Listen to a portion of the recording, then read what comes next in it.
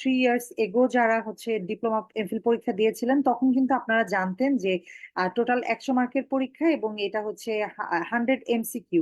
কিন্তু এখন কিন্তু এক্সাম প্যাটার্ন একটু পরিবর্তন আসছে। 80 MCQ এন্ড 20 হচ্ছে SBA বা single based answer. So single based অ্যান্সারের ব্যাপারে আচ্ছা, আমি প্রশ্নগুলো অ্যান্সার করছি আমার এই সেশনটার পরে। তো যেটা বলছিলাম যে সিঙ্গেল বেসড অ্যান্সার কিন্তু বর্তমান সময়ে যারা রিসেন্টলি যারা পরীক্ষা দিয়েছেন অনেকে একটা জিনিস বলেন যে SBA অ্যান্সার করতে গিয়ে পরীক্ষায় প্রবলেম ফেস করছেন, SBA গুলা ঠিক মতো প্রশ্নগুলা বুঝেন নাই, SBA MCQটা ভালো ছিল, SBA গুলা কমন পড়ে নাই। আসলে এই প্রবলেম গুলা দূর করার জন্য আমার কাছে মনে হয় একটাই মূল মন্ত্র, সেটা হচ্ছে প্র্যাকটিস, প্র্যাকটিস এন্ড প্র্যাকটিস। আপনি যতই ডিটেলস গিয়ে ডেসক্রিপটিভ পড়েন না কেন, আপনি যতক্ষণ পর্যন্ত এসবিএ কোশ্চেন কিভাবে জেনারেট হয়, এসবিএ গুলা কোশ্চেন কিভাবে অ্যান্সার করতে হয়, এই ট্রিক্স যতক্ষণ পর্যন্ত আপনি না শিখবেন আপনার কিন্তু এখানে একটা ভিউজ একটা ল্যাকিংস থেকে যাবে। তো আমাদের এই যে সিনাপস মেডিকেল একাডেমিতে ডিপ্লোমা এমফিলের যতগুলো ব্যাচ এখন কারেন্টলি রানিং, যেমন হচ্ছে আমাদের ডিপ্লোমা এমফিল লং ব্যাচ, তারপর হচ্ছে exam batch with extensive solve class, only exam batch, প্রত্যেকটা ব্যাচই কিন্তু আমাদের নট অনলি MCQ, প্রত্যেকটা ব্যাচে কিন্তু এখন আমরা এসবিএ কে খুব হাইলি এমফাসাইজ করি। যে কারণ এখানে 20 মার্কস উইচ ইজ হিউজ, কিন্তু 20% অফ ইউর মানে হোল এক্সাম। তো এইটা আপনাকে এসবিএ প্র্যাকটিস করার মাধ্যমে কিন্তু এটা আয়ত্তে নিয়ে আসতে হবে, এছাড়া কিন্তু আর কোনো উপায় নাই। তো এই জন্য আমরা যখন পড়াই তখন আমরা পড়ানোর সময় বলে দেই যে কোন জায়গা থেকে আপনি MCQ পাবেন, কিভাবে কোন জায়গাগুলো পড়লে আপনি এসবিএ তে কমন পেতে পারেন, এসবিএ প্রশ্ন কিভাবে জেনারেট হয়। এবং আপনারা জানেন যে প্রত্যেকটা ব্যাচে কিন্তু এক একটা টপিক পড়ানোর পরে সেই টপিকের উপর একটা পরীক্ষা অনুষ্ঠিত হয়। সো ওই এক্সাম গুলাতেও কিন্তু আমরা একইভাবে মানে বিএসসিএম তে যেভাবে পরীক্ষা হয় যে 20% এসবিএ থাকে, আমাদের যেমন যদি 50 মার্কের পরীক্ষা হয় মানে আপনার এক্সাম গুলো ক্লাস টেস্ট গুলো ওখানে 20 মার্কসের মানে 20% কিন্তু এসবিএ থাকবে। 40 মার্কসের হলে ওখানে 10টা এসবিএ দিয়ে দেওয়া হয়, বা 50 মার্কসের হলে 10টা এসবিএ অ্যাড করা হয়। তো আপনাকে প্র্যাকটিস করে করে এই জিনিসটাকে আয়ত্তে আনতে হবে। নেক্সট আসি সময় কতক্ষণ। এই যে 100 মার্কের একটা পরীক্ষা, এটা দেওয়ার জন্য টাইম থাকবে 90 মিনিটস। টাইমটা কেন 90 মিনিটস লিখে এমফাসাইজ করলাম, কারণ 100টা প্রশ্ন অ্যান্সার করার জন্য এই 90 মিনিট সময়টা কিন্তু খুব কম। এফসিপিএস পরীক্ষা দেওয়ার সময় অনেকে বলেন যে পরীক্ষা শেষ করে বসে থাকেন, মানে হাতে পর্যাপ্ত সময় থাকে, কিন্তু আমি মনে করি যে এমডি, এমএস এবং ডিপ্লোমা এই পরীক্ষাগুলোতে কিন্তু হাতে সময়টা খুবই লিমিটেড থাকে। মানে আপনার প্রিপারেশনটা এতটুকুই ভালো হইতে হবে যে আপনাকে এই 90 মিনিটের মধ্যে 100টা প্রশ্ন অ্যান্সার করে শেষ করতে হবে। এই জন্য ওই যে আবারও সেম কথা বলবো যে আপনি যত বেশি প্রশ্ন প্র্যাকটিস করবেন আপনার পরীক্ষা তত বেশি কিন্তু সুগম হবে। পরীক্ষা মানে পরীক্ষায় গিয়ে কিন্তু আপনাকে আর মানে স্ট্রাগল করতে হবে না টাইমিং নিয়ে। আর আমাদের তো প্রত্যেকটা ব্যাচের সাথে কিন্তু আপনার মক টেস্ট থেকে শুরু করে মানে একদম ফাইনাল মক টেস্ট থেকে শুরু করে সাবজেক্ট ফাইনাল প্রত্যেকটা পরীক্ষা কিন্তু জাস্ট লাইক বিএসএমএম এর যে স্ট্যান্ডার্ডের প্রশ্ন থাকে সেই প্রশ্নপত্রে আপনার স্ট্যান্ডার্ডের প্রশ্নপত্রে পরীক্ষা দিবেন। এবং যারা অনলাইন ব্যাচে যুক্ত হন তারাও কিন্তু অফলাইনে এসে পরীক্ষাগুলোতে অংশগ্রহণ করতে পারবেন। তো এতে করে যেটা হবে যে আপনার এই যে টাইম বেসড প্র্যাকটিসটা, যে আমি শুধু পড়লাম শুধু কোশ্চেন প্র্যাকটিস করতেছি সেটা না, যে আমি কি পারি কিনা, যে আমি 90 মিনিটের মধ্যে 100টা প্রশ্ন শেষ করতে পারি কিনা, এই প্র্যাকটিসটাও কিন্তু অনেক প্রয়োজন আছে। নেক্সট আরেকটা ইম্পর্টেন্ট টপিক যেটার ব্যাপারে অনেকের অনেক কনফিউশন থাকে, আমি প্রত্যেকটা সেমিনারে এটা বলি, তো আজকেও এর ব্যতিক্রম হবে না, সেটা হচ্ছে এই যে ডিপ্লোমা এমফিল আপনারা পরীক্ষায় অংশগ্রহণ করবেন, এটা কিন্তু অনেকগুলো সাবজেক্ট আছে, সাবজেক্টের লিস্ট আপনাদেরকে দেখানো হবে পরবর্তী সেশনে। তো এইখানে কিন্তু টোটাল 4টা ফ্যাকাল্টির আন্ডার এই সাবজেক্ট গুলো, faculty of medicine, faculty of surgery, faculty of basic and paraclinical science and faculty of paediatrics. অনেকেই আছেন আপুরা জিজ্ঞাসা করেন বা ভাইয়ারা জিজ্ঞাসা করেন যে আমি ডিজিও তে পরীক্ষা দিব, গাইনি ফ্যাকাল্টিতে কোনটা। তো বেসিক্যালি গাইনি বলতে কিন্তু এখানে কোনো ফ্যাকাল্টি নাই। এই যে আপনি সার্জারি ফ্যাকাল্টি দেখতে পাচ্ছেন, সার্জারি ফ্যাকাল্টির আন্ডারেই কিন্তু গাইনি অ্যান্ড অবস, তারপর হচ্ছে ডি অর্থো, ডিপ্লোমা ইন অ্যানেস্থেসিয়া, তারপর হচ্ছে ইএনটি, এই সবগুলো সাবজেক্ট কিন্তু সার্জারি ফ্যাকাল্টির আন্ডারে। আবার আপনি মেডিসিনের ফ্যাকাল্টির আন্ডারে কিন্তু কার্ডিওলজি, তারপর হচ্ছে ডার্মাটোলজি, এন্ডোক্রাইনোলজি, এগুলো basic and paraclinical science ফ্যাকাল্টির আন্ডারে হচ্ছে আমাদের diploma in laboratory medicine, diploma in forensic medicine, MPhil in biochemistry, MPhil in physiology, এগুলো হচ্ছে আমাদের সাবজেক্ট। আমি আশা করি বুঝাইতে পারছি যে এখানে কিন্তু আপনার প্রিপারেশনটা আপনাকে ফ্যাকাল্টি ওয়াইজ নিতে হবে, নট সাবজেক্ট ওয়াইজ। তো কেউ যদি বলেন যে আমি গাইনিতে পরীক্ষা দিব, আরেকজন এসে বললেন যে আমি অর্থোপেডিক্সে পরীক্ষা দিব, কেউ একজন হয়তো অ্যানেস্থেসিয়াতে পরীক্ষা দিবেন, এই যে তিনজন তিনটা সাবজেক্টের নাম বললেন, আপনাদের তিনজনের প্রিপারেশন হুবহু সেম হবে এবং আপনারা কিন্তু পরীক্ষায় সেম প্রশ্নপত্রে পরীক্ষা দিবেন। এই বিষয়টা নিয়ে যদি কারো কোনো কনফিউশন থাকে জিজ্ঞাসা করতে পারেন, আদারওয়াইজ আমি চেষ্টা করেছি ক্লিয়ার করে দেওয়ার জন্য। আচ্ছা, আমরা চলে যাই, কিছু প্রশ্ন নিয়ে আসি। আচ্ছা, কোশ্চেন, আচ্ছা ভাইয়া নূসরব ভাইয়া বলেছেন যে হবিগঞ্জে পেরিফেরিতে ক্যারিয়ার করার জন্য ডি অর্থ diploma in ophthalmology and endocrinology better chamber opportunity. হ্যাঁ অবশ্যই, সেটাই বলছিলাম যে ক্লিনিক্যাল প্র্যাকটিসের জন্য কিন্তু এইসব সেক্টর হচ্ছে আরো এনরিচড, আরো ভালো। এখানে ক্লিনিক্যাল প্র্যাকটিস আমি মনে করি যে মানে আপনি খুব ভালো ফিল্ড পাবেন ওখানে, এখনো ওভার স্যাচুরেটেড না। So diploma versus MPhil, diploma কি এমফিল কি, আমরা যেহেতু ডিপ্লোমা এমফিল এর ক্যারিয়ার অপরচুনিটি নিয়ে আজকে কথা বলবো। ডিপ্লোমা হচ্ছে ক্লিনিক্যাল সাবজেক্টের জন্য পোস্ট গ্রাজুয়েশন, এবং যেহেতু এটা 2 ইয়ার্স, তো আমরা এফসিপিএস এবং হচ্ছে এমডিএমএস এর থেকে এটাকে শর্ট টার্ম ফোকাস ট্রেনিং ধরা হয়, এবং ক্লিনিক্যাল আর অ্যাপ্লাইড স্কিল বেসড আপনার ডিপ্লোমার যে ক্লিনিক্যাল সাবজেক্ট গুলোর মধ্যে। আর এমফিলটা হচ্ছে বেসিক এবং প্যারা ক্লিনিক্যাল সাবজেক্টে, এইটাও কিন্তু ডিউরেশনটা সেম, কোর্স ডিউরেশনটা মানে আপনি চান্স পেয়ে কোর্স শুরু করার পর পরবর্তী 2 ইয়ার্স পর্যন্ত হচ্ছে আপনার এই কোর্সটা রান হবে, রানিং থাকবে। Research and academic oriented subject গুলো এমফিলে, এবং এখানে কিন্তু ideal for teaching and institutional job. আমাদের মধ্যে অনেকেই আছেন যারা হচ্ছে টিচিং পছন্দ করেন, ইনস্টিটিউশনাল একাডেমিক সাইডে থাকতে পছন্দ করেন। যেমন আমি আমার ইন্টার্নশিপ কমপ্লিট করার উইদিন 1 মান্থ হচ্ছে টিচিং প্রফেশনে মানে টিচিং এ যাই, ইনস্টিটিউশনাল একাডেমিক সাইড সেক্টরটাতে চলে যাই। তো তখন থেকে আমি আসলে ডিসাইড করি যে আমি এই সেক্টরেই ক্যারিয়ার করতে চাই। তো আমার সেই সেই জায়গা থেকেই কিন্তু বায়োকেমিস্ট্রিতে চলে আসা, এবং যা এখানে কিন্তু অনেক রিসার্চের অপরচুনিটিজ আছে, আপনারা পাবলিকেশন করবেন। এবং এই রিসেন্ট সময়ে কিন্তু এমফিল করার পরে অনেকেই যারা দেশের বাইরে সেটেল হতে চান তাদের জন্য কিন্তু একটা হিউজ অপরচুনিটি হচ্ছে যে আপনি এমফিল এর সাবজেক্ট গুলোতে এখানে বাংলাদেশে এমফিল কমপ্লিট করে আপনি কিন্তু ডিরেক্টলি পিএইচডির জন্য অ্যাপ্লাই করতে পারবেন বাইরের কান্ট্রি গুলাতে। এবং ভালো যদি আপনি সাবজেক্ট থেকে করে থাকেন দেখবেন যে অনেক মানে হিউজ অপরচুনিটি আছে পিএইচডি তে উইথ স্কলারশিপ। সেগুলো নিয়ে যদি কারো কোনো ইন্টারেস্ট থাকে, আজকে যারা জয়েন করেছেন তাদের মধ্যে যদি আপনারা কেউ বেসিক বা প্যারা ক্লিনিক্যাল সায়েন্সে দিতে চান, আপনারা চ্যাট বক্সে কমেন্ট করতে পারেন। আমরা কিন্তু বেসিক এবং প্যারা ক্লিনিক্যাল সায়েন্স নিয়ে জাস্ট উইদিন কিছুদিন আগে জাস্ট আমাদের ফুল একটা সেশন হয়েছে।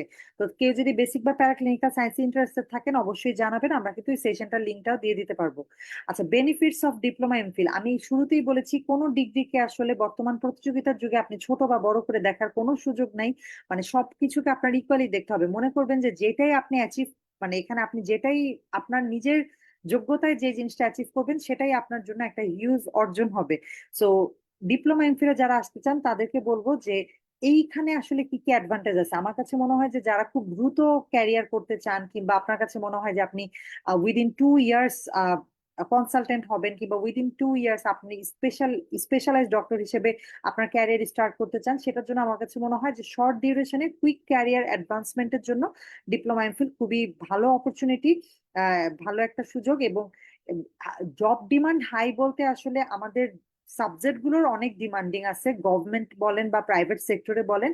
কিন্তু ওই যে আমি বললাম যে ঢাকার ভিতরে কিন্তু ঢাকা, চিটাগাং, এই যে আমাদের বড় সিটিগুলো, এইসব জায়গায় কিন্তু যেহেতু আমাদের এখানে মানে আমাদের জবের যে স্কোপ সেটার তুলনায় যেহেতু মানুষের সংখ্যা অনেক বেশি, ডক্টরের সংখ্যা, পোস্ট গ্রাজুয়েট ডক্টরের সংখ্যা অনেক বেশি, সেখানে একটু স্যাচুরেটেড, ফিল্ডটা স্যাচুরেটেড। বাট আপনি যদি জাস্ট পেরিফেরিতে যেতে পারেন সেখানেই দেখবেন যে আপনার জন্য আসলে ওখানে অনেক অপরচুনিটি। ঢাকার মধ্যে যেমন যেহেতু এখানে বড় বড় স্যার, অনেক বড় বড় হসপিটাল, দেখা যাচ্ছে কেউ ছোট্ট একটা প্রবলেম হচ্ছে, জ্বর হচ্ছে বা ছোটখাটো প্রবলেমের জন্য আমরা কি করি, স্পেশালাইজ ডক্টরের কাছে চলে যাই, তাই না?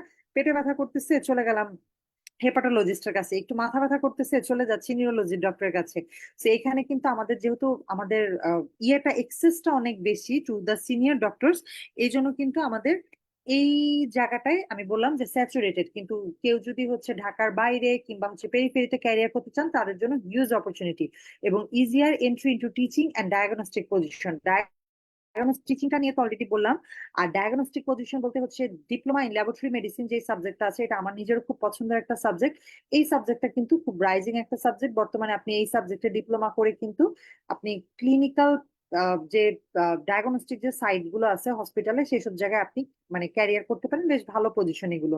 আর balanced work life while gaining specialisation, কারণ অনেক সময় যেটা হয় যে 5 6 বছর 7 বছর, 5 বছরের ডিগ্রি গুলো আসলে 5 বছরে দেখা যায় শেষ হয় না, 6 থেকে 7 বছর বা আরো দীর্ঘ সময় লেগে যায়। তো ওই সময় দেখা যায় অনেকেরই একটা মানে লাইফের যে ব্যালেন্সটা, যে আমি অনেক বছর ধরে স্টুডেন্ট হিসেবে পড়েই যাচ্ছি, তো অনেকেই চান যে আমি খুব দ্রুততার সাথে আমার ক্যারিয়ারে আগাবো, কিংবা আমার ওয়ার্ক লাইফ ব্যালেন্সটা ঠিক থাকবে। তো সেই ক্ষেত্রে আমি তাদেরকে বলি যে আপনারা ডিপ্লোমা এমফিলটা চুজ করতে পারেন, which is very good opportunity within short duration. আর এছাড়াও ওই যে opportunity for apply higher studies later, এটা আমি বলবো যারা দেশের বাইরে চলে যেতে চান, দেশের বাইরে সেটেল হতে চান, তাদের জন্য একাডেমিক সাইডে ক্যারিয়ার করাটা কিন্তু বেস্ট হবে। কারণ একাডেমিক মানুষদের কিন্তু মানে পিএইচডির জন্য বলেন কিংবা মাস্টার্স এর জন্য বলেন, আপনি দেশের বাইরে খুব ইজিলি সেটেল হতে পারবেন। আচ্ছা, আফটার ডিপ্লোমা এমফিল কমপ্লিশন মানে আপনি কমপ্লিট করার পরে আপনার জবের ক্ষেত্রটা কি, এই কথাগুলো অলরেডি আমি বলে দিছি কিন্তু। এবং এখানে কিন্তু আমরা আপনারা যে মার্চে পরীক্ষাটা দেন, এখানে কিন্তু আরেকটা সাবজেক্ট আছে, দ্যাট ইজ এমপিএইচ। এমপিএইচ এর ব্যাপারে যদিও আমাদের যে ব্যাচ গুলো আছে বা আমরা যেই সিনাপস মেডিকেল একাডেমি যেই ব্যাচ গুলো রান করি, ওখানে কিন্তু ডিপ্লোমা এমফিল ওরিয়েন্টেড। যেহেতু আপনার এমপিএইচ এর জন্য পড়াশোনাটা আলাদা, আমাদের কিন্তু এমপিএইচ ব্যাচটা এখনো স্টার্ট হয় নাই, বাট ইনশাল্লাহ আমরা হয়তো ভেরি সুন এমপিএইচ ব্যাচও স্টার্ট করব। সো এই টোটাল 3টা সেক্টর মিলায় যদি আমি বলি যে আপনার কি কি ক্যারিয়ার অপরচুনিটিজ আছে, আপনারা যারা বেসিক সাবজেক্টে ক্যারিয়ার করবেন তারা কিন্তু সিনিয়র লেকচারার থেকে শুরু করে মানে জয়েন করার মানে আপনি পাশ করার সাথে সাথে কিন্তু অ্যাসিস্ট্যান্ট প্রফেসর হিসেবে জয়েন করতে পারবেন। তারপর হচ্ছে ক্লিনিক্যাল ডিপার্টমেন্টস গুলোতে আপনি একজন স্পেশালাইজড ডক্টর কিংবা একজন কনসালটেন্ট হিসেবে জয়েন করতে পারছেন। আপনি যদি ল্যাব সাইটে চলে যান, সেক্ষেত্রে কিন্তু আপনি রিসার্চ অ্যাসোসিয়েট মানে রিসার্চে চলে যান কিংবা ল্যাবের ইনচার্জ হিসেবে আপনার ক্যারিয়ার স্টার্ট করতে পারছেন। এবং এমপিএইচ এর যেটা, এমপিএইচ এ কিন্তু অনেকগুলো সাবজেক্ট আছে ওখানে। যে এমপিএইচ মেইনলি কিন্তু hospital administration and policy making, এগুলাও কিন্তু এমপিএইচ টা খুব ভালো একটা সেক্টর। মানে এটা হচ্ছে হসপিটালের অ্যাডমিনিস্ট্রেটিভ কিংবা এপিডেমিওলজি, অনেক ভালো ভালো সাবজেক্ট আছে এমপিএইচ এ। এবং আমি নিজে দেখেছি আমার ক্লোজ কিছু ফ্রেন্ড যারা এমপিএইচ কমপ্লিট করছে, ওরা কিন্তু মানে বেশ ভালো এখন জব করতেছে, বড় বড় এনজিও তে আছে। তারপর হচ্ছে পাবলিক হেলথ রিলেটেড যে সাবজেক্ট গুলো বা ওই সেক্টর গুলোতে কিন্তু তারা বেশ ভালো জব করতেছে। এবং আপনার কিন্তু ডিপ্লোমা এমফিল হচ্ছে আপনার ক্যারিয়ারের জাস্ট একটা স্টার্টিং, এখানে কিন্তু আমার থেমে যাওয়া না। আমি এখান থেকে শুরু করে আপনি ফার্দার স্টাডিজ এর জন্য, যেমন আপনি যদি হচ্ছে এখন ডিজিও তে চান্স পান, ডিপ্লোমা ইন গাইনি অ্যান্ড অবসে চান্স পান, আপনি চান্স পাওয়ার সাথে সাথে আপনার চেষ্টা থাকবে এই পড়াটাকে ধরে রেখে, যেন আপনি মার্চেই চান্স পাবেন ডিপ্লোমা এমফিলে, এই পড়াটাকে ধরে রেখে জাস্ট একটু সাবজেক্ট বেস পড়াশোনা করে আপনি জুলাইয়ে আবার গাইনিতে এফসিপিএস এ বসে যাবেন। কেউ যদি মেডিসিন মেডিসিন ব্রাঞ্চের কোনো সাবজেক্টে যদি দিয়ে থাকেন ডিপ্লোমা এমফিল, আপনি তাহলে জুলাই কি করবেন, মেডিসিনে হচ্ছে এফসিপিএস দিয়ে দিবেন। কিংবা আপনি পরবর্তীতে হচ্ছে দেশের বাইরের কোনো ডিগ্রি এমআরসিপি করতে পারেন, এমআরসিএস করতে পারেন, যার যেই সেক্টরে হচ্ছে ইন্টারেস্ট আছে। কিংবা অনেকে আবার ডিপ্লোমা এমফিল কমপ্লিট করে পরবর্তীতে আবার এমডিএমএস এর জন্য অ্যাটেম্প করে, যেটা আমি আসলে রিকমেন্ড করব না। আমার কাছে মনে হয় যে আপনি যত তাড়াতাড়ি পোস্ট গ্রাজুয়েশনটা কমপ্লিট করে আপনি ক্লিনিক্যাল প্র্যাকটিস বলেন বা আপনার ক্যারিয়ার বলেন, আপনার ওয়ার্ক এক্সপিরিয়েন্স বলেন বাড়াতে পারেন, সেটাই কিন্তু এন্ড অফ দ্য ডে আপনার জন্য অনেক বেনিফিশিয়াল হবে। কারণ আপনি যেখানেই জব করতে যাবেন দেখবেন যে আপনার ওয়ার্ক এক্সপিরিয়েন্সটা not only in your CV, শুধু সিভিতে যে লেখা সেটা না, যে আপনি সিভিতে লিখছেন আপনার ওয়ার্ক এক্সপিরিয়েন্স 5 বছর 6 বছর, আপনি টেকনিক্যালি আপনি কতটুকু এফিশিয়েন্ট, আপনি আপনার কাজে কতটুকু দক্ষ, সেটাই কিন্তু ক্যারিয়ারে আপনাকে একটা সময় আগায় নিয়ে যাবে। যেটাই কিন্তু আমরা চাই, তাই না? আমাদের মূল লক্ষ্য কি? আমাদের মূল লক্ষ্য কিন্তু শুধু একটা এন্ট্রান্স এক্সামে চান্স পাওয়া না, আমাদের মেইন লক্ষ্য হচ্ছে আমরা কেউ কার্ডিওলজিস্ট হতে চাই, আমরা কেউ ডার্মাটোলজিস্ট হতে চাই, আমরা কেউ হচ্ছে গাইনোকোলজিস্ট হতে চাই। এগুলো কিন্তু আমাদের লক্ষ্য। সো আর এখন আর বেশি কথা বাড়াবো না আমি, অলরেডি অনেক কিছু বলে ফেলছি। যদি আপনাদের কোনো প্রশ্ন থাকে চ্যাট বক্সে প্রশ্ন করেন। So last but not the least, আমি আপনাদের সবাইকে আজকে যারা আমাদের সাথে আছেন বা পরবর্তীতে যারা আমাদের এই সেশনটা দেখতেছেন, তাদের সবাইকে আমি ওয়েলকাম করব যে আপনারা আমাদের সিনাপস একাডেমির ডিপ্লোমা যে ব্যাচ গুলো আছে, আমাদের সিনাপসের ফ্যামিলি মেম্বার হিসেবে এই ব্যাচ গুলোতে আপনারা জয়েন করেন। কারণ আমি আসলে দুই সাইড থেকে এই সিনাপস একাডেমির এই ব্যাচ গুলোকে দেখেছি, যখন আমি স্টুডেন্ট ছিলাম তখন, আবার এখন আমি নিজে হচ্ছে কোঅর্ডিনেটর এবং মেন্টর হিসেবে আপনাদেরকে এতটুকু বলতে পারি যে আমাদের সিনাপস মেডিকেল একাডেমি ব্যাচ কেন অন্য যে কোনো একাডেমি ব্যাচ থেকে আমি বলবো যে বেস্ট অফ বেস্ট। হ্যাঁ, এটা কিছু স্পেশাল আমাদের কিছু ফিচার্স আছে, যেমন আমাদের যে এক্সপিরিয়েন্সড আমাদের ফ্যাকাল্টি মেম্বার্স আছে, মানে আপনাদের যারা মেন্টর, যারা হচ্ছে ক্লাস নিবেন, ওনারা কিন্তু স্ব স্ব ক্ষেত্রে নিজেরা হচ্ছে প্রতিষ্ঠিত, এবং সেভারেল ইয়ার্স ধরে কিন্তু ওনারা এই যে আপনাদের টিচিং এর সাথে যুক্ত আছেন। তো আপনারা একবার যদি কোনো একটা ক্লাস করেন, কখনো কোনো একটা ব্যাচের ফ্রি ক্লাস করেন, ডেমো ক্লাস করেন, ক্লাসগুলো করলেই কিন্তু আপনারা বুঝতে পারবেন যে আমরা আসলে আমাদের ক্লাসের মানগুলো, সিনাপস একাডেমি যে ক্লাসগুলো অনুষ্ঠিত হয় সেই মানের সাথে, আমি আসলে মানে বলবো যে এখানে 100% গ্যারান্টি দিয়ে বলতে পারবো যে আমি জানি না যে অন্য কোনো জায়গায় এই ধরনের ক্লাস বা এই ধরনের ইফোর্ট কোনো মেন্টররা দিয়ে থাকেন কিনা। এবং সিনাপস মেডিকেল একাডেমির লেকচার শিট, এমনকি অনেকে আমাকে এটাও বলেছেন যে সিনাপসের তারা স্টুডেন্ট ছিলেন না, কিন্তু সিনাপসের লেকচার শিট গুলো পড়ে তারা পোস্ট গ্রাজুয়েশনে চান্স পেয়েছেন। তো এই লেকচার শিট গুলো কিন্তু প্রতি বছর এগুলো আপডেট করা হচ্ছে, কারেকশন করা হচ্ছে, এনরিস্ট করা হচ্ছে। তো টপিক ওয়াইজ খুবই স্ট্রাকচার্ড একটা লেকচার শিট। আপনারা যারা ব্যাচে অ্যাডমিট হবেন তারা তো অবশ্যই লেকচার শিট গুলোকে ফলো করবেন, যারা নিজেরাও বাসায় বসে প্রিপারেশন নিচ্ছেন তারাও কিন্তু এই লেকচার শিট গুলোকে আমাদের অফিস থেকে কালেক্ট করে আপনারা ফলো করতে পারেন। এবং রেগুলার লাইভ ক্লাস হয় এবং কোশ্চেন অ্যান্সার সেশন থাকে আমাদের। লাইভ ক্লাস বলতে হচ্ছে আপনারা অনলাইনে যারা যুক্ত হবেন তাদের ক্লাসগুলো কিন্তু সব লাইভ ক্লাস থাকবে, এবং আপ টু এক্সাম কিন্তু এই ক্লাসগুলো রেকর্ডেড থাকবে। অফলাইন ব্যাচে যুক্ত হলে ওই অফলাইন ব্যাচেও কিন্তু আমাদের এখন রানিং আছে। আর high success rate in previous batches, আপনারা যদি প্রিভিয়াস ইয়ারের আমাদের ডিপ্লোমা এমফিলের যে কতজন সিনাপস মেডিকেল একাডেমি থেকে চান্স পেয়েছে এই রেকর্ডটা, এবং প্রতি বছর আমরা এই রেকর্ডটা প্রতি বছর কিন্তু চান্স পাওয়ার সংখ্যা আমাদের বাড়তেছে। সো আলহামদুলিল্লাহ, আমি এতটুকু বলবো যে সিনাপস মেডিকেল একাডেমির সাথে যদি আপনি যুক্ত হন, আপনি জাস্ট আমাদের ইনস্ট্রাকশন, আমাদের গাইডলাইনটা ফলো করবেন, বাকি আপনাদের চান্স পাওয়ার যে দায়িত্ব ওইটা আমরা আমাদের উপর নিয়ে নিচ্ছি। So welcome. এবং আপনি সিনাপস মেডিকেল মেডিকেল একাডেমিতে যুক্ত হন কি না হন সেটা কোনো ব্যাপার না, যেহেতু আজকে আমরা এখানে মেইনলি কথা বলবো ক্যারিয়ার অপরচুনিটিস নিয়ে। তো সবাইকে আমি আবারও বলবো যে যাদের এখনো যারা শুরু করেন নাই পড়াশোনা, এই 5টা মাস সময় আছে, সময় দেন, এবং ইনশাল্লাহ আপনি অনেক সুন্দর একটা ক্যারিয়ারের স্টার্টিং করতে পারবেন। তো আমি আহ একটু কোশ্চেন অ্যান্সার যদি কারো কোনো থাকে আপনি আনমিউট করে প্রশ্ন করতে পারেন, চ্যাট বক্সে প্রশ্ন করতে পারেন। আর যদি আপনি আমাদের কোনো ব্যাচে অ্যাডমিট হতে ইন্টারেস্টেড থাকেন, ডিপ্লোমা এমফিল কোনো ব্যাচে, তাহলে আপনার নাম এবং কন্ট্যাক্ট নাম্বারটা চ্যাট বক্সে লিখে দিলে আমাদের অফিস থেকে এক্সিকিউটিভ ভাইয়ারা আপনাদের সাথে নিজেরাই যোগাযোগ করবেন ফর অ্যাডমিশন। আপনারা দেখতে পাচ্ছেন স্ক্রিনে আমি একটা কন্ট্যাক্ট ডিটেলস দিয়ে দিয়েছি, এটা আমাদের অফিসের ডিপ্লোমার কন্ট্যাক্ট ডিটেলস। যদি কোনো ব্যাচের ডিটেলস প্রয়োজন হয় কিংবা অন্য কোনো ইনফরমেশন প্রয়োজন হয় এখানে কন্ট্যাক্ট করলেও হবে। আচ্ছা, ফিজিওলজিতে কি ডিএমসি তে কোর্স করা যায়? আচ্ছা, নৌসৌরভ ভাইয়া যদি জয়েন থাকেন, ভাইয়া বলবেন যে ডিএমসি তে কি ফিজিওলজি এখন ইনস্টিটিউশন আছে কিনা ফিজিওলজির জন্য। আচ্ছা, ডিএমসি তে ফিজিওলজিতে আপু বর্তমানে এমফিলটা বন্ধ আছে, কিন্তু কেউ যদি বেসিকে সুইচ করে তাহলে এমডিটা চালু আছে। আচ্ছা, এমডি হ্যাঁ, in physiology available. Exactly. Physiology আপনার সাবজেক্ট আছে, বাট ইনস্টিটিউশনটা হচ্ছে ডিএমসি তে, হচ্ছে ইনস্টিটিউশনটা এখন ডিএমসি তে। এখন আগে যেমন আমরা যখন ছিলাম 21 থেকে 23 আমাদের পোস্ট গ্রাজুয়েশন আমার সেশন ছিল, তো ওখানে তখন হচ্ছে ডিএমসিও ছিল, ডিএমসি তে তখন ফিজিওলজিও ছিল, বায়োকেমিস্ট্রি ছিল, বা ডিএমসি তে এখন এমফিলটাই অফ হয়ে গেছে। সো অন্যান্য ইনস্টিটিউশন গুলা চয়েস করতে হবে, অথবা হচ্ছে যদি ডিএমসি অপশন মানে চয়েস থাকে তাহলে এমডিএমএস টার্গেট করতে হবে। আচ্ছা, ডক্টর মেহেদি ভাইয়া কি আছেন? হ্যাঁ, আসসালামু আলাইকুম আপু। ওয়ালাইকুম আসসালাম ভাইয়া। ভাইয়া হ্যাঁ আপু, আমি আছি। আচ্ছা, আচ্ছা, ডেভিডসন আলাদা ক্লাস নিবেন যারা বেসিকে এক্সাম দিবেন? হ্যাঁ, অবশ্যই আমাদের তো ডেভিডসন নিয়ে মানে যারা বিশেষ করে যারা মেডিসিন ফ্যাকাল্টি থাকেন তাদের কিন্তু ওখানে ক্লাসগুলোর মধ্যে মানে বুক মার্কিং সেশন থাকে, তো ওখানে ডেভিডসন থেকে স্পেশাল সেশন থাকবে।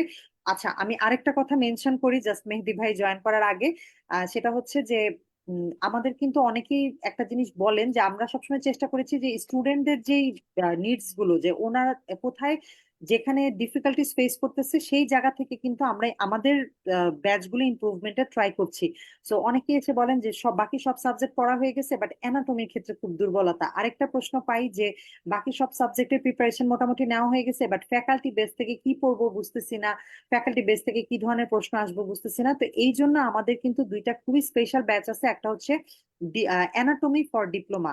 আপনারা জানেন যে যদি একবার আহসান ভাইয়ার অ্যানাটমি ক্লাস করে থাকেন, আপনার কাছে যাদের কাছে অ্যানাটমি কঠিন মনে হয়তো আপনাদের কাছে মনে হবে অ্যানাটমি আসলে পানির মতো সোজা একটা subject. So anatomy for diploma ব্যাচটা বেসিক্যালি অন্য কোনো সাবজেক্ট না, আপনি জাস্ট অ্যানাটমি ক্লাসগুলো করবেন, মানে ডিপ্লোমার জন্য যে অ্যানাটমির সিলেবাসটা আছে ওইটা টোটালটা কমপ্লিট করবেন।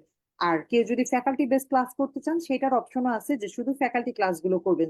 এগুলা কিন্তু আসলে আমরা চেষ্টা করেছি যে যত ছোট মানে যেভাবে করে পসিবল আপনাদের জন্য এই জিনিসগুলোকে ডেলিভার করতে। আচ্ছা, আরেকটা প্রশ্ন দেখতে পাচ্ছি, ঢাকার ভিতরে ডি কার্ডের জন্য কোন কোন ইনস্টিটিউশন আছে? আচ্ছা, এখন আমি আমার সেশনটি শেষ করে আমি ওয়েলকাম জানাচ্ছি কার্ডিওলজিস্ট মানে কার্ডিওলজির মানুষকে, ডক্টর মেহেদী ভাইয়াকে। মেহেদী ভাইয়াও আমাদের সাথে কিন্তু ডিপ্লোমা টিমের সম্মানিত কোঅর্ডিনেটর। এবং যেটা বলছিলাম যে আজকে কিন্তু সম্পূর্ণ ডিপ্লোমা টিম আপনাদের সাথে উপস্থিত আছে এবং আমরা কিন্তু উপস্থিত হয়েছি আপনাদের সকল প্রশ্নের অ্যান্সার করার জন্য। আজকে তো ক্যারিয়ার অপরচুনিটিস নিয়ে কথা হবে, কিভাবে প্রিপারেশন নিবেন, কি কি কোয়ারিজ আছে সব আপনাদের অ্যান্সার করা হবে। সো ভাইয়াকে ওয়েলকাম জানাচ্ছি, ভাইয়া প্লিজ জয়েন করবেন। আপু আপনাকে অনেক ধন্যবাদ।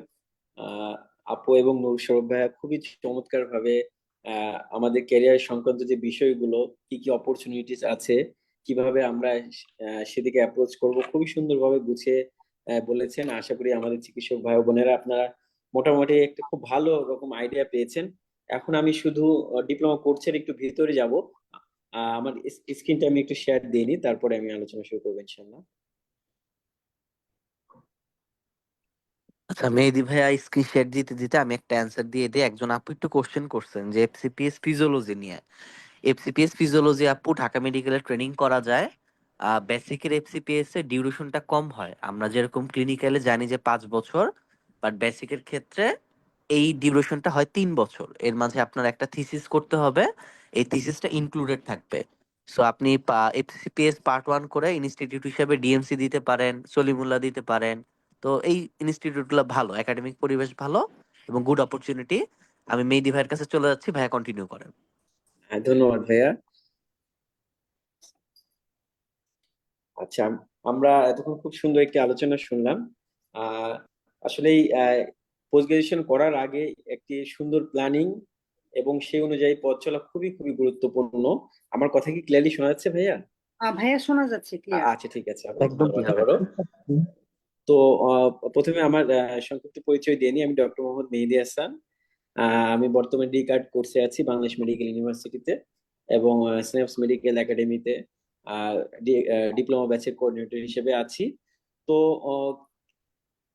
ক্যারিয়ার বিষয়ে আসলে এই সময় কথা বলার সুযোগ, কারণ যখন আপনি একটি কোর্সে চলে যাবেন বা একটি কোর্সের জন্য অলরেডি আপনি অনেক পরিশ্রম করে ফেলবেন, তখন চিন্তা করার থেকে শুরুতেই চিন্তা করা অনেক এটা ওয়াইজ ডিসিশন। তো এই সময় একটি সঠিক গাইডলাইন খুবই প্রয়োজন। তো ডিপ্লোমার অনেক আমরা অ্যাডভান্টেজ এবং অনেক অপরচুনিটিস নিয়ে এতক্ষণ আলোচনা হলো। এখন আমি ডিপ্লোমায় কি কি ফ্যাকাল্টি আছে, কি কি সাবজেক্ট আছে, সেই বিষয়ে একটু সংক্ষেপে আপনাদের সামনে তুলে ধরবো। তো প্রথমে আমরা দেখি ডিপ্লোমায় কি কি ফ্যাকাল্টি আছে। ডিপ্লোমা যতগুলো ডিসিপ্লিন আছে তার মধ্যে আছে faculty of medicine, faculty of surgery, faculty of paediatrics, faculty of basic science and paraclinical science, preventive and social medicine, faculty of dentistry. তো আমরা প্রথমে চলে যাই ফ্যাকাল্টি অফ মেডিসিনে কি কি সাবজেক্ট রয়েছে। এখানে একটি বিষয় খুবই গুরুত্বপূর্ণ, সেটা হলো সবগুলো সাবজেক্টে কিন্তু ডিপ্লোমা কোর্স চালু নেই। এই জন্য আপনি যখনই সিদ্ধান্ত নেবেন কোনো সাবজেক্টে ডিপ্লোমা করার জন্য, প্রথমে আপনাকে দেখে নিতে হবে এই সাবজেক্টে ডিপ্লোমা কোর্সটি চালু আছে কিনা। ফ্যাকাল্টি অফ মেডিসিনের আন্ডারে মাত্র 5টি সাবজেক্ট রয়েছে। সেটা blood serology and transfusion, cardiology, dermatology and venereology, endocrinology and metabolism, tuberculosis and chest disease. Already একজন ডক্টর ভাইয়া বা আপু প্রশ্ন করেছেন যে কার্ডিওলজি সম্ভবত ঢাকার বাইরে কোথায় কোথায় হয়। আচ্ছা, আমাদের পুরো ইনস্টিটিউশনে একটা লিস্ট আছে। এটা আপনারা যদি চান আমাদের এক্সিকিউটিভ হাফিজ ভাইয়ের সাথে যোগাযোগ করলে আমরা সেটা দিতে পারি।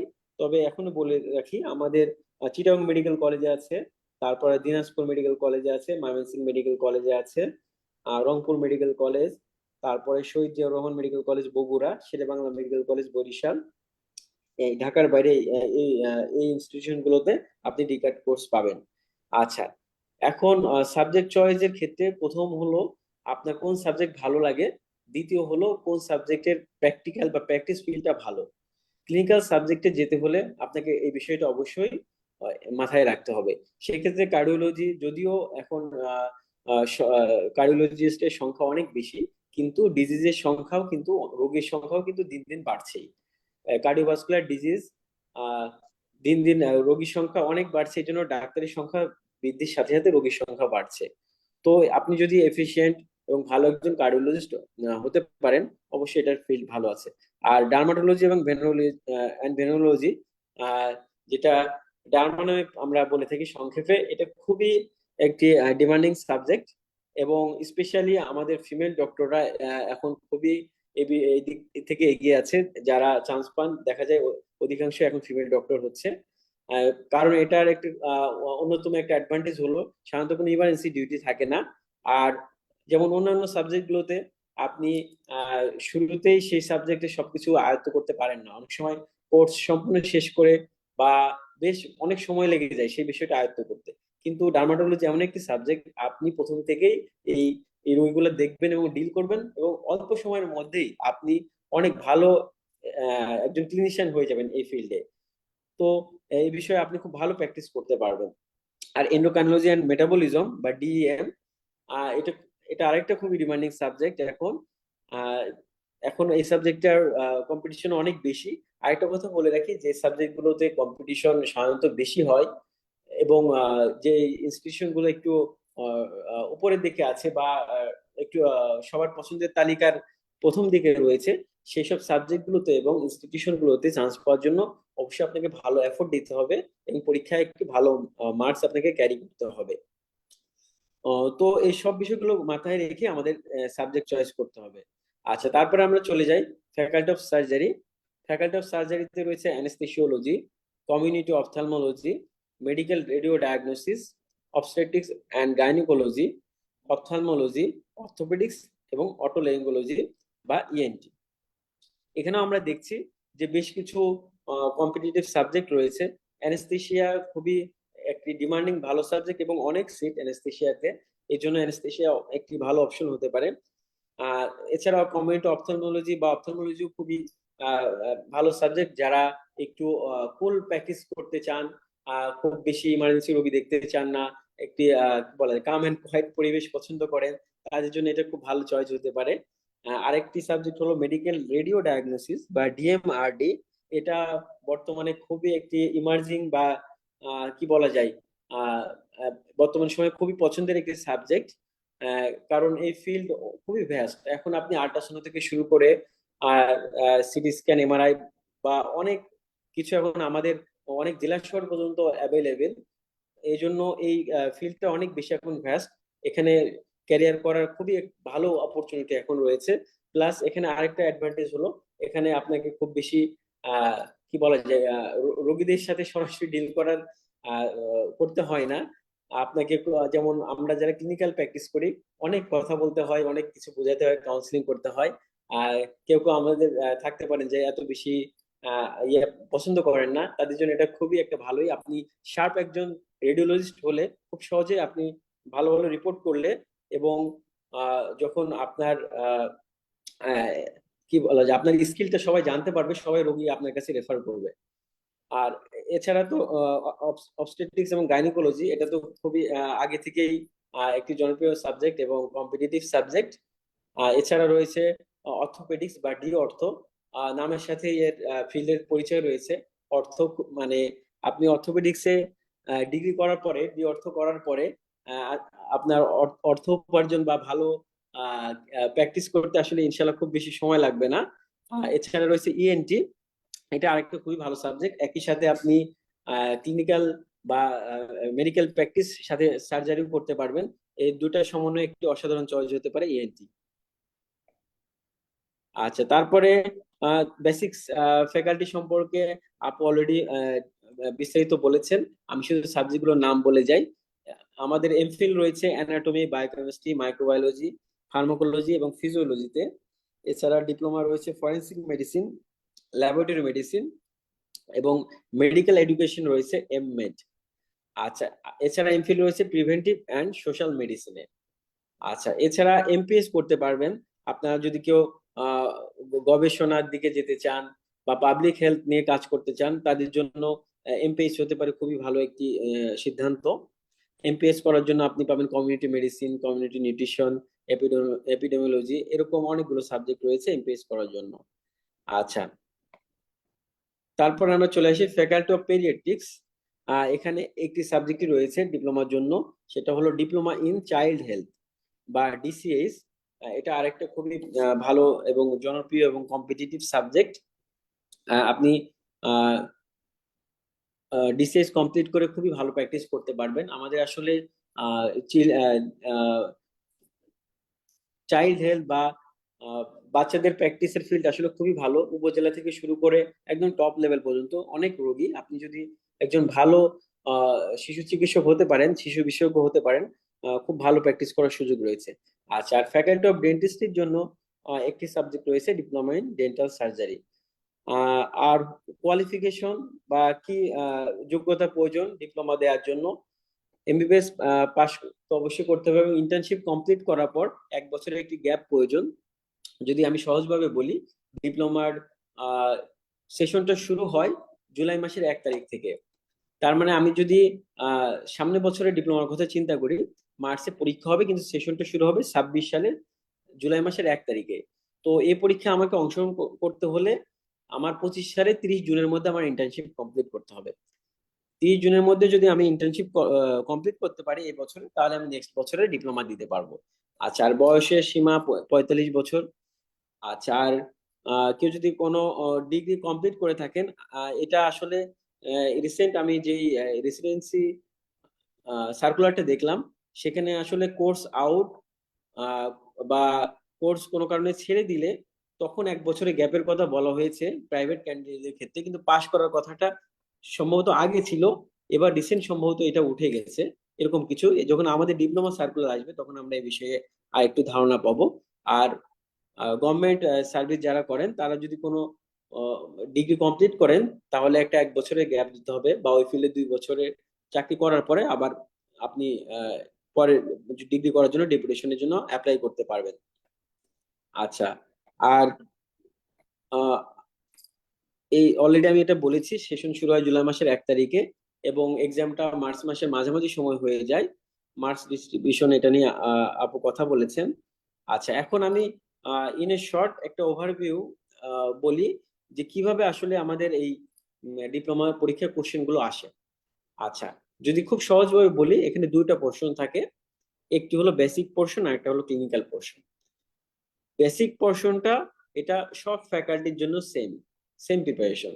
আচ্ছা, আর যেটা ক্লিনিক্যাল পোর্শন, সেটা মেডিসিনের জন্য কমন। মেডিসিন ফ্যাকাল্টির আপনি যে সাবজেক্টটি আপনি পছন্দ করুন না কেন, যে সাবজেক্টের জন্য আপনি অ্যাপ্লাই করুন না কেন, সবার জন্য কমন কোশ্চেন।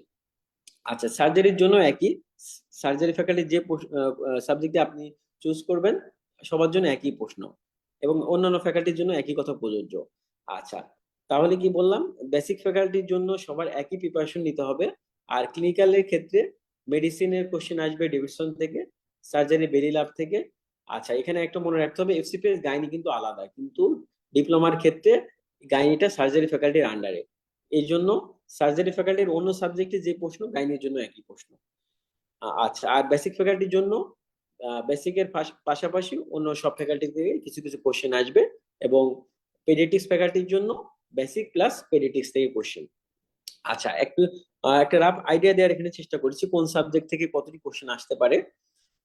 আমাদের প্রিভিয়াস কোশ্চেন অ্যানালাইসিস করে যেটা দেখা গেছে, অ্যানাটমি থেকে অ্যারাউন্ড 10টি মতো কোশ্চেন আসে, ফিজিওলজি থেকে 15 থেকে 20টি কোশ্চেন, বায়োকেমিস্ট্রি থেকে 8 থেকে 10টি কোশ্চেন, প্যাথোলজি থেকে 8 থেকে 10টি কোশ্চেন, ফার্মাকোলজি থেকে 5 থেকে 7টি কোশ্চেন, এবং মাইক্রোবায়োলজি থেকে 10 থেকে 15টি কোশ্চেন। বাকি 20 to 25% বা কিছু ক্ষেত্রে বেশিও হতে পারে, আসে ক্লিনিক্যাল থেকে। তো মোটামুটি এই ছিল পুরো ডিপ্লোমা কোর্সের একটি শর্ট ওভারভিউ।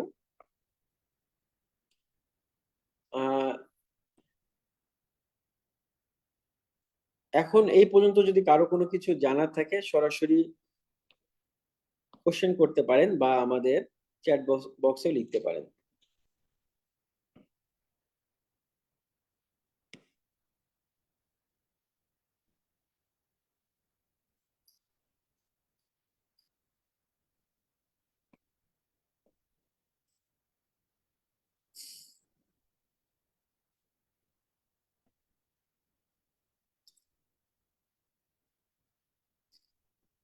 আর আরেকটা কথা বলি, আসলে পোস্ট গ্রাজুয়েশনের জার্নিটা খুবই একটা দীর্ঘ জার্নি। এখানে খুবই ধৈর্যের সাথে লেগে থাকতে হয়। কারণ আমরা যখন এমবিবিএস লেভেলে পড়াশোনা করেছি তখন কিন্তু ফুল টাইম স্টুডেন্ট ছিলাম, অধিকাংশই আমরা সবাই ফুল টাইম স্টুডেন্ট, অন্য কোনো কাজ ছিল না, বা ফাইন্যান্সিয়াল যে চিন্তা বা ফ্যামিলির যে টাইম দেয়া, সেই বিষয়গুলো অনেক অধিকাংশের ক্ষেত্রেই ছিল না। কিন্তু এখন যখন আমরা পোস্ট গ্রাজুয়েশনের জন্য চেষ্টা করছি, এখন অলরেডি প্রায় অধিকাংশ আমরা যারা চিকিৎসক আছি তাদের ফ্যামিলি আছে, তাদের ফাইন্যান্সিয়াল সাপোর্টের প্রয়োজন, অর্থাৎ আমরা কোনো চাকরি করছি তার সাথে সাথে কিন্তু পোস্ট গ্রাজুয়েশনে পড়াশোনা করতে হচ্ছে। এই জন্য এটা অবশ্যই একটি কঠিন একটি কাজ।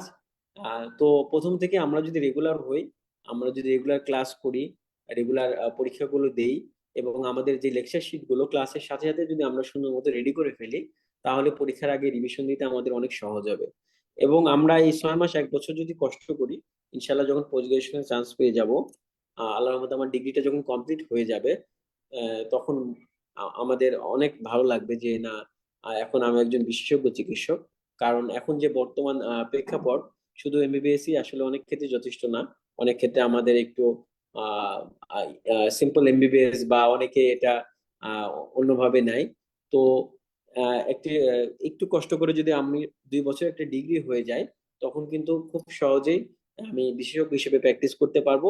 আর আমি যদি আরো ডিগ্রি করতে চাই, সেই সুযোগও থাকবে।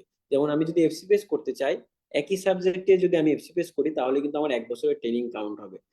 উদাহরণস্বরূপ বলি, যদি কার্ডিওলজিতে আমি ডি কার্ড কমপ্লিট করি এবং এফসিএস পার্ট 1 আমার করা থাকে, বা এই কোর্সের মধ্যে আমি পার্ট 1 পাস করে ফেলি পরীক্ষা দিয়ে, তো আমি ডি কার্ড শেষ করার পরপরই আমি এফসিপিএস ট্রেনিং এ ঢুকতে পারবো।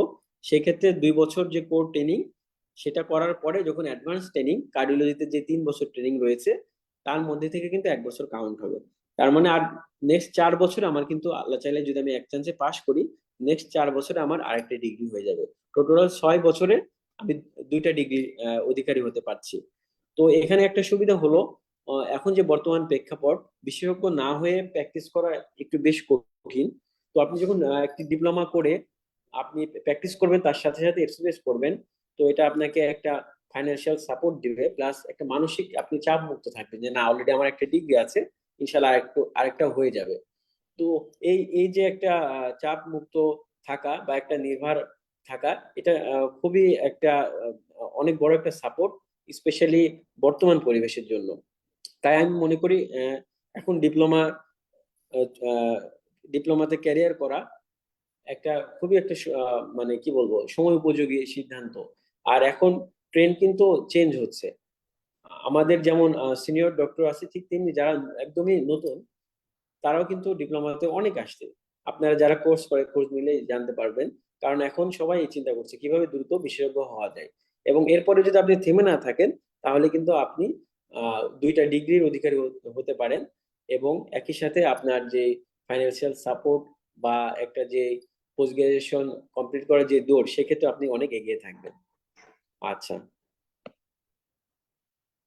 আহ, একজন ভাইয়া প্রশ্ন করেছেন, পেডিয়াট্রিক্সে ঢাকার মধ্যে চান্স পেতে কেমন নাম্বার লাগে? আচ্ছা, এটা একটা কমন কোশ্চেন থাকে আমাদের চিকিৎসক ভাইয়া এবং আপুদের। আসলে নাম্বার ওরকম কোনো ফিক্সড না। আপনার কোশ্চেনের ডিফিকাল্টিস এর লেভেলের উপর নির্ভর করবে কত নাম্বার পেতে হবে।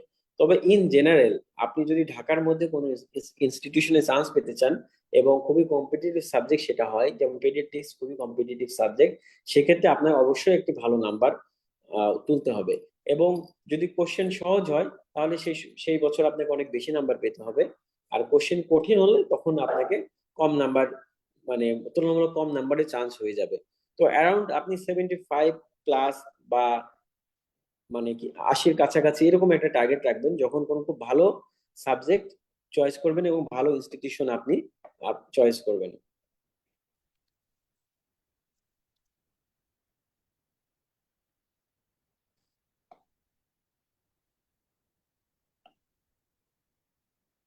আচ্ছা, আরেকজন আপু প্রশ্ন করেছেন, এই ব্যাচে আমাদের উম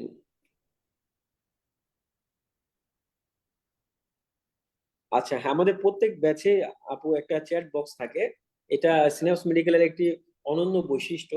যখন আপনি আমাদের কোনো ব্যাচে এনরোল করবেন, আপনাকে একটি হোয়াটসঅ্যাপ গ্রুপে আমরা অ্যাড করে নিই, এবং সেই গ্রুপে আমাদের মেন্টর বৃন্দ থাকেন, এবং আফটার ক্লাস ডিসকাশন হয়। আপনি একটি ক্লাস করে কোনো কিছু বুঝতে না পারলে, বা কোনো কোশ্চেন বা প্রিভিয়াস কোনো কোশ্চেন বা যে কোনো বিষয়ে আপনার যখন কোনো কনফিউশন হয়, আপনি ওই গ্রুপে লিখলেই তৎক্ষণাৎ আমরা চেষ্টা করি সেই কোশ্চেনটা সলভ করার জন্য, সেই কনফিউশনটা দূর করার জন্য। এবং এটা সিনাপস মেডিকেলের একটি অনন্য বৈশিষ্ট্য।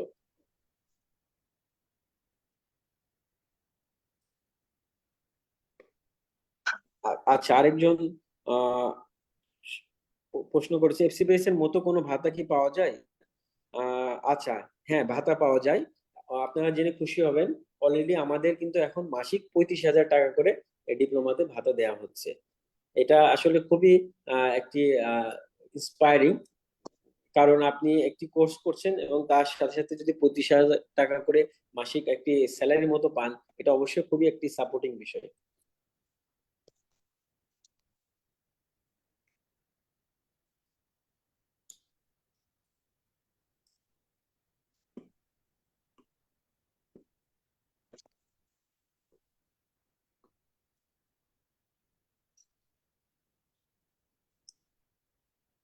আচ্ছা, আর কারো কোশ্চেন থাকলে করবেন, না হলে আহ নূর সোহাগ ভাইয়া আছেন? ভাইয়া ভাইয়া হ্যালো। জি ভাইয়া, বলুন। হ্যাঁ হ্যাঁ, শুনতে পাচ্ছি ভাইয়া। ভাইয়া, এটা কি লাইভ ক্লাস চলতেছিল? আমি দেখতে পাচ্ছিলাম না কিছু, আমার স্ক্রিনটা একেবারে ব্ল্যাক হয়ে আছে। আচ্ছা ভাইয়া, আমাদের প্রেজেন্টেশন দেখানো শেষ, এখন আমরা প্রশ্ন উত্তর নিচ্ছি। আপনি যদি কোনো কোশ্চেন থাকে করতে পারবেন, না হলে এই সেশনটা আমাদের রেকর্ডিং থাকবে, ফেসবুকে দেয়া থাকবে, আপনি দেখতে পাবেন আমাদের গ্রুপে। হ্যাঁ, আমি ফেসবুক গ্রুপে অ্যাড হতে পারতেছিলাম না। আমি রিকোয়েস্ট করে রেখেছিলাম ফেসবুক গ্রুপে, আচ্ছা আচ্ছা। পেন্ডিং এ এখনো। আচ্ছা ঠিক আছে ভাইয়া, আপনি একটু কাইন্ডলি আমাদের এক্সিকিউটিভ হাফিজ ভাইয়ের সাথে একটু কন্ট্যাক্ট করবেন, অলরেডি আমরা ফোন নাম্বার দিয়েছি, আপনাকে অ্যাড করে নেবেন, বা এই সেশনটি আপনাকে ফরওয়ার্ড করে দেবেন লিঙ্কটা। থ্যাংক ইউ ভাইয়া। আচ্ছা ভাইয়া। আর ভাই আরেকটা জিনিস ভাই, যেটা ভাইয়া ক্লাস শিডিউল যেটা আমাদের আছে, হ্যাঁ সেটা হ্যাঁ মানে মানে তারিখটা দেয়া আছে, মানে কোন তারিখে কয়টার সময়, এটা কি জানা যাবে আগে থাকতে, নাকি জানাই দেওয়া হবে? হ্যাঁ, এটা এটা খুব আপনার খুব ডিটেলস সবকিছু জানানো হবে, কিভাবে ক্লাস করবেন, কিভাবে জয়েন করবেন, কোন ক্লাস কোন মেন্টর নেবে, সব এসএমএস এর মাধ্যমে জানানো হবে। এবং কোনো বিষয় আপনার বুঝতে অসুবিধা হলে সেটা হাফিজ ভাইয়া তৎক্ষণাৎ আপনাকে সে বিষয়ে হেল্প করবে। থ্যাংক ইউ ভাইয়া। আচ্ছা বিরক্ত ভাইয়া, করার জন্য। না না, কোনো সমস্যা নেই ভাইয়া। আচ্ছা, আরেকজন কোশ্চেন করেছেন, সাবজেক্ট চয়েসের ক্ষেত্রে কি লেস কম্পিটিটিভ সাবজেক্ট গুলো চুজ করলে বেটার হবে? না, আসলে কোনটা কম্পিটিটিভ কোনটা লেস কম্পিটিটিভ এটা পরে বিষয়। প্রথমে আপনি আপনার কোন সাবজেক্টটি ভালো লাগে, কোন বিষয়ে আপনি ক্যারিয়ার করতে চান, এটা মোস্ট ইম্পর্টেন্ট। তবে সেটা যদি একবারে বেশি অবাস্তব হয়ে যায়, বাস্তব বাস্তবতার সাথে বা প্র্যাকটিক্যাল লাইফের সাথে মিল নেই, সেক্ষেত্রে আপনার সেকেন্ড চয়েসে আপনি যেতে পারেন। কিন্তু আপনার যে সাবজেক্টটি ভালো লাগে না, চান্স পেলেই হবে এরকম একটা সাবজেক্ট চুজ করা উচিত না, আমি ব্যক্তিগতভাবে মনে করি।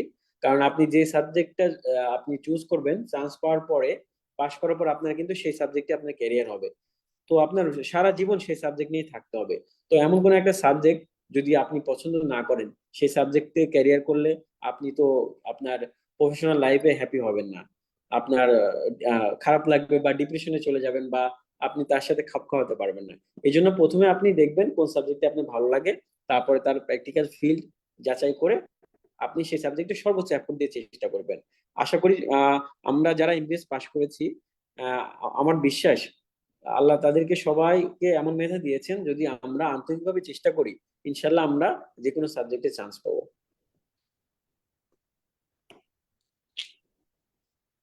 আচ্ছা, তারপরে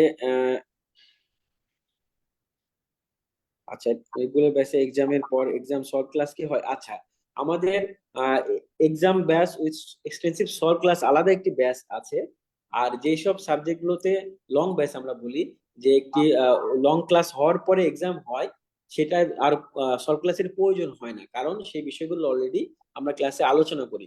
তবে কোনো কোশ্চেনের অ্যান্সার যদি কনফিউশন থাকে, বা কোনো বিষয় যদি জানার থাকে, এর জন্য আমাদের চ্যাট বক্সটা মানে অ্যাক্টিভ থাকে আর কি। সেই বিষয়ে আপনি চ্যাট বক্সে কোশ্চেন করলে সেই সংশ্লিষ্ট মেন্টর সেই বিষয়টা আপনাকে ক্লিয়ার করে দেবেন। এটা আমি আসলে তখন মেনশন করতে ভুলে গিয়েছি যে আমাদের প্রত্যেকটা ব্যাচেরই কিন্তু এটা স্পেশাল একটা ফিচার যে প্রত্যেকটা ব্যাচের জন্য আলাদা আলাদা কিন্তু হোয়াটসঅ্যাপে চ্যাট বক্স থাকে, যেটা কিন্তু যেখানে মেন্টর এবং এক্সিকিউটিভরা এবং আমরা কোঅর্ডিনেটররা সবাই কিন্তু ওখানে কানেক্টেড থাকি। সো লং ব্যাচে যেটা হয় যে আগে ডিটেলস ক্লাস হওয়ার পরে সেই যে টপিকটা পড়ানো হয়েছে সেটার উপর এক্সাম অনুষ্ঠিত হবে। আচ্ছা, এমপিএইচ নিয়ে আসলে আমরা এখানে ডিটেলস আলোচনা কারণ করছি না, একজন এমপিএইচ এর ব্যাপারে জানতে চেয়েছেন, হয়তো পরবর্তীতে আমরা এমপিএইচ নিয়ে ডিটেলস একটা সেশন নিব। আচ্ছা, ও আরেকজন ভাইয়া প্রশ্ন করেছেন কমিউনিটি অপথ্যালমোলজি এন্ড অপথ্যালমোলজি নিয়ে কিছু বলেন। আচ্ছা, অলরেডি আমি সংক্ষেপে একটু বলেছি ভাইয়া। এটা খুবই ভালো সাবজেক্ট। যারা একটু নিরিবিলি লাইফ পছন্দ করেন, খুব একটা ইমার্জেন্সি ডিল করতে চান না বা পছন্দ করেন না, তাদের জন্য এটা খুব ভালো সাবজেক্ট। এবং আহ, এটার অপথ্যালমোলজি এমন একটা সাবজেক্ট, এটা প্রথম থেকেই কিন্তু আলাদা। অনেক সাবজেক্টের ডিভিশন সাব ডিভিশন হয়েছে, কিন্তু অপথ্যালমোলজি একদম শুরুর দিক থেকে আলাদা একটি ব্রাঞ্চ। তো সাধারণত যে চোখের সমস্যা অন্য কোনো ডক্টররা ডিল করেন না। যখনই কোনো চোখের সমস্যা হয় আমরা কিন্তু অপথ্যালমোলজিস্টের কাছে পাঠিয়ে দিই। তো এটার ফিল্ড অবশ্যই সবসময় ভালো। আপনি যদি একজন স্কিলড ভালো অপথ্যালমোলজিস্ট হতে পারেন, অবশ্যই আপনার প্র্যাকটিস ইনশাল্লাহ ভালো হবে। আচ্ছা, আহ আসলে সিট ডিস্ট্রিবিউশন নিয়ে বলতে গেলে অনেক লম্বা হয়ে যাবে সেশনটা। ভাই আমরা কিন্তু ভেরি সুন হচ্ছে ইনস্টিটিউশন এবং সাবজেক্ট চয়েসের উপর একটা সেশন হবে। তো হ্যাঁ হ্যাঁ, খুব অ্যানাউন্স করে দেওয়া হবে গ্রুপে। সিট নাম্বার নিয়ে যারা বলছেন, আমাদের কিন্তু সাবজেক্ট এবং ইনস্টিটিউশন ওয়াইজ কোন ইনস্টিটিউশনে কয়টা সিট এগুলো নিয়ে কিন্তু আলাদা একটা সেশন হবে এবং ওইটা হচ্ছে অ্যানাউন্স করে দেওয়া হবে ওই সেশনটার ডেট গ্রুপে। হ্যাঁ, আমরা এক্সক্লুসিভলি শুধুমাত্র ইনস্টিটিউশন চয়েস, সিট নাম্বার, মানে শুধু এগুলো নিয়ে আলোচনা করবো ইনশাল্লাহ। খুব শীঘ্রই আমরা এটা অ্যারেঞ্জ করব। আপনারা অবশ্যই জানতে পারবেন, তখন আমরা এই বিষয়ে ডিটেলস আলোচনা করবো ইনশাল্লাহ। আচ্ছা, আর আপু জানতে চাইছি ল্যাবরেটরি মেডিসিন নিয়ে কিছু বলবেন। আচ্ছা, ল্যাবরেটরি মেডিসিন আপু একই, যেগুলো একটু প্যারাক্লিনিক্যাল সাবজেক্ট বা ইমার্জেন্সি কম, সেসব সাবজেক্ট গুলো খুবই ফিমেল ডক্টরদের জন্য আমি মনে করি খুবই ভালো একটি চয়েস। কারণ আর এইসব এই সাবজেক্ট গুলোতে সাধারণত খুব বেশি স্পেশালিস্ট কিন্তু নেই আপু। এই জন্য আপনি যদি প্রাইভেট ক্যান্ডিডেট হন, খুব সহজে একটি ভালো হসপিটালে বা কর্পোরেট জব আপনি করতে পারবেন এবং একটি ভালো স্যালারিতে। তো আর স্পেশালি আমি আবারও বলছি, যেহেতু এটাতে এইসব এই সাবজেক্ট গুলোতে ইমার্জেন্সি কম, এই জন্য ফ্যামিলি লাইফ ব্যালেন্স করে খুব সুন্দর একটি আপনার ক্যারিয়ার আপনি তৈরি করতে পারেন। সেই ক্ষেত্রে এটা অবশ্যই ভালো সিদ্ধান্ত হতে পারে।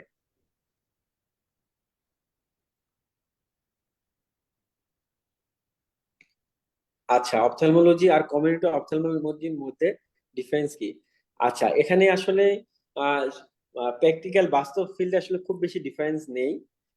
এক সময় আমি যতটুকু জানি, আহ, এক সময় বলা হতো যে যারা কমিউনিটি অপথ্যালমোলজি তারা সাধারণত ওটি করেন না, শুধু মেডিকেল পার্টটুকু দেখেন অপথ্যালমোলজির। কিন্তু আমি রিসেন্ট যে আমি আমার সিনিয়র যে যারা কমিউনিটি অপথ্যালমোলজি কোর্সে আছেন, তাদের থেকে যেটুকু জেনেছি যে না, তারাও এখনো ওটি করে। এই জন্য প্র্যাকটিক্যাল ফিল্ডে মানে খুব বেশি ডিফারেন্স নেই এই বিষয়ে। আর একটু ডিটেলস জেনে আপনাকে জানাতে পারবো, যদি আমাকে একটু নক করেন পরে।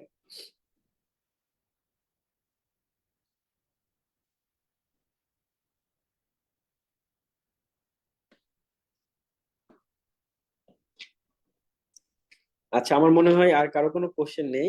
আবিদ আপু, আপনি কিছু বলে শেষ করবেন।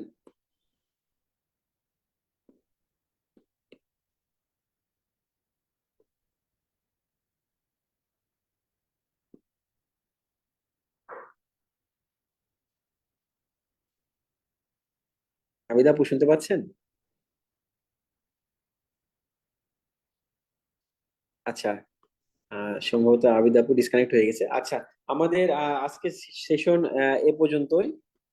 সবাইকে অসংখ্য ধন্যবাদ আমাদের সাথে যুক্ত হওয়ার জন্য। খুবই ইন্টারেক্টিভ একটি সেশন ছিল। তো শুধু সেশন নয়, সেশনের বাইরেও আপনাদের যদি কোনো কিছু জানার থাকে, আমাদের যে গাইডলাইন, ডিপ্লোমা গাইডলাইন একটি গ্রুপ আছে আমাদের, সেখানে আপনারা সেই কোশ্চেন গুলো করতে পারেন, বা আমাদের কে সরাসরি নক করতে পারেন, বা আমাদের সিনাপস মেডিকেল একাডেমির যেই গ্রুপ আছে সেখানেও নক করতে পারেন। আশা করি আমরা আপনাদেরকে সহযোগিতা করার বা সেই ইনফরমেশন দেওয়ার সর্বোচ্চ চেষ্টা করব। আহ, এবং সবার জন্য শুভকামনা।